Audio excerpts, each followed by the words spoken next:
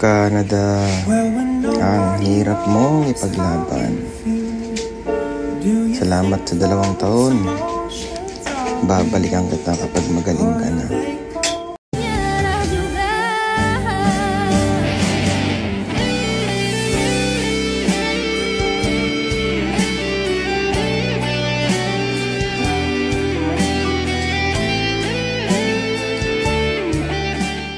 Si Kabayan, 4 years niya na pinangarap at pinaghandaan ang kanyang application dito sa Canada.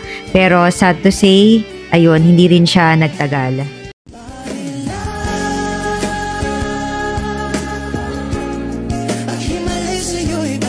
At ito naman si Kabayan ay more than 1 year dito sa Canada and destination niya ay sa Toronto.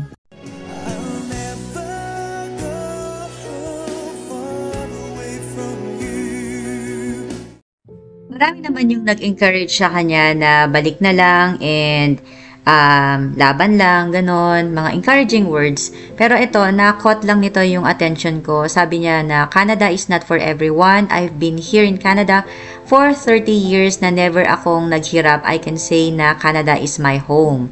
And sabi ng isa, yes, Canada is not for everybody. Para ito sa mga taong matatapang at kayang magtiis. And sabi ng pangatlong tao na ito, me too, I've been here for 30 years and I'm fine. I've already adapted to the ways of life here. And sabi ni Abby, sana all. And dito sa kay Pretty Tabsy, very agree din naman talaga ako. Sabi niya, mas easier sa atin na mga nauna. Mas madami kasi job opportunities noon kesa ngayon, plus may housing crisis na din. And totoo naman talaga guys, no? Marami at iba kasi, iba ang Canada dati. So, may mga kamag-anak din po kami na nauna dito and mas maayos din talaga noon kumpara talaga ngayon. And yung immigration, isa pa ito na nag-iiba-iba nga siya ng mga policies. Tapos, yan, dumating na rin ang mga housing crisis, ang high cost of living. Kaya mas mahirap na talaga sa panahon ngayon kumpara talaga nung mga nauna. All those highways in that canyon line held out the time. Hi guys! Welcome back again to our channel at ayun guys, nakakapanood na tayo ng mga temporary residents or even mga permanent residents na umaalis na sa Canada. And ayon nga sa Statistics Canada sa 3rd quarter ng 2024, 249,700 non-permanent residents na ang umalis sa Canada. At ito na ang pinakamalaking outflow sa isang quarter ever. 85% increased compare sa last year. At bago pa nga i-announce ang mga iba't ibang mga changes sa temporary residence at pagbaba ng mga immigration levels plan, ay may mga umaalis na rin talaga. So bakit nga ba umaalis ang mga tao? Ito ang top 3 reasons. Number 1, mahal na cost of living at number 2, housing crisis. Dito sa Canada, nagmahal na nga ang mga renta at bilihin. Well, sa lahat naman ng parte ng mundo, I believe na masasabi nating lahat na tumaas na nga ang lahat. Lahat ng bilihin, renta, bahay, at iba pang mga gastusin natin. Ang housing crisis dito sa Canada ay isang malaking factor lalo na sa mga bagong dating, katulad ng mga temporary foreign worker, international students.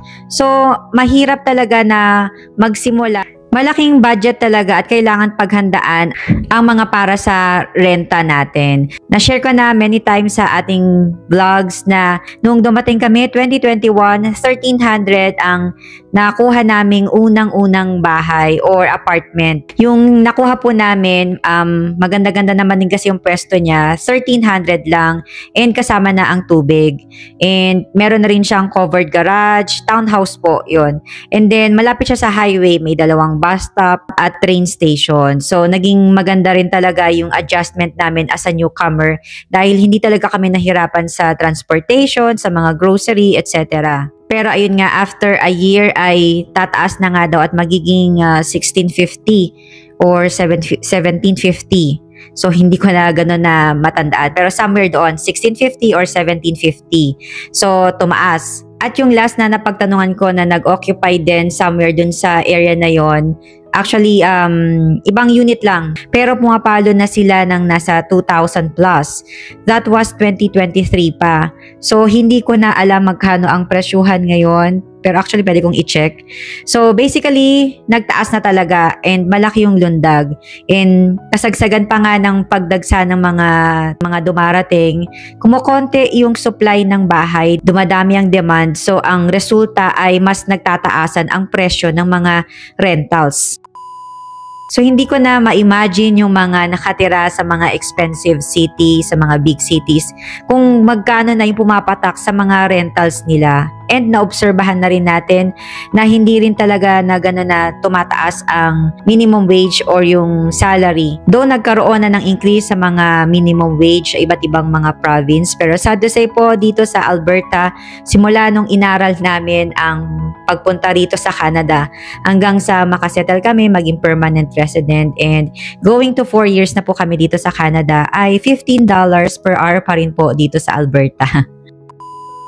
At ang pangatlong reason ay ang mahabang proseso sa immigration or mga challenges sa pag-a-apply ng permanent residency. Sa mga temporary residents na mag-i-aim ng permanent residency, eventually mapa-work permit, international students, and even refugees, ay nagkakaroon ng challenge na makapag-apply ng permanent residency. May iba na nauubusan ng oras at mapapasok na ang kanilang mga permit at hindi pa nakakapag-apply ng permanent residency. And meron ding iba na nawawalan na motivation or na-discourage na dito sa Canada dahil sa nako-compare nila yung kabuuan ng Canada. Example na lang yung mga taxes and cost of living na nako-compare nila sa mga pinanggalingan nila na bansa. Especially dito kung galing ng mga ibang mga bansa katulad ng Dubai, Qatar, iba pang mga bansa na usually yung mga work permit holders ay nanggagaling. So yun, nagiging challenge sa kanila. Nako-compare nila na nakakaipon nga daw sila doon kumpara dito sa Canada na nagiging paycheck to paycheck sila. Well, ang main reason naman talaga ng mga iba, especially yung mga nasa UAE, ayan, even Singapore, kaya sila nagkakikipagsapalaran dito sa Canada, ay dahil sa for permanency reason. So, alam naman natin, medyo challenge ang pagiging permanent resident sa mga bansa na yon. Kaya nakikita nila ang Canada, makipagsapalaran, mag-try sa Canada para sa kanilang pagiging permanent na dito sa Canada dahil nga open naman si Canada. So yun, basically nahihirapan ng iba na makapag-transition sa pagiging permanent resident. At ngayon nga dito sa Canada ay may mga bagong immigration rules na ang purpose ay bawasan ang mga temporary residents. At nagkaroon na nga ng 450,000 visa reductions at nasa mahigit 1 million ang mag-expire na mga visas. And also sad reality na merong mahigit na 1 million people ang hindi eligible for PR. So, ibig sabihin maraming tao ang mawawalan ng visa at hindi makakapag-renew sa dami ng mga naging changes, especially sa mga temporary residents. Sabi din ng ilang mga experts na posibleng hundreds of thousands ang mag-overstay dito sa Canada. So, ibig sabihin nun, magiging undocumented sila and maghahanap ng trabaho pero sa illegal na paraan. So, ayun guys, para sa mga umalis na sa Canada or nasa proseso ng pag-alis dito sa Canada, willfully or labag man sa kanilang mga kalooban, I believe na meron at meron pa rin na nakalaan ang bawat isa sa atin. Sa buhay, may mga pintuan na nagbubukas at meron din naman na nagsasarado. As long as yun, isinusuko natin yung mga dapat nating gawin, pag-pray natin na magkaroon tayo ng lakas ng loob, and I believe na meron at meron tayong magiging opportunity, hindi lang dito sa loob ng Canada, kundi sa labas din ng Canada. Dalin pa rin natin ang pagiging madiskarte sa buhay and yung pagsusumikap para sa pamilya natin. May mga pagbabago pa rin naman na pwedeng mangyari sa mga policies dito sa Canada, Pero sa ngayon, nakikita na natin yung pinaka-goal ng government na maayos yung economy. Sa laki din ng Canada na hindi pa talaga napupunan ng mga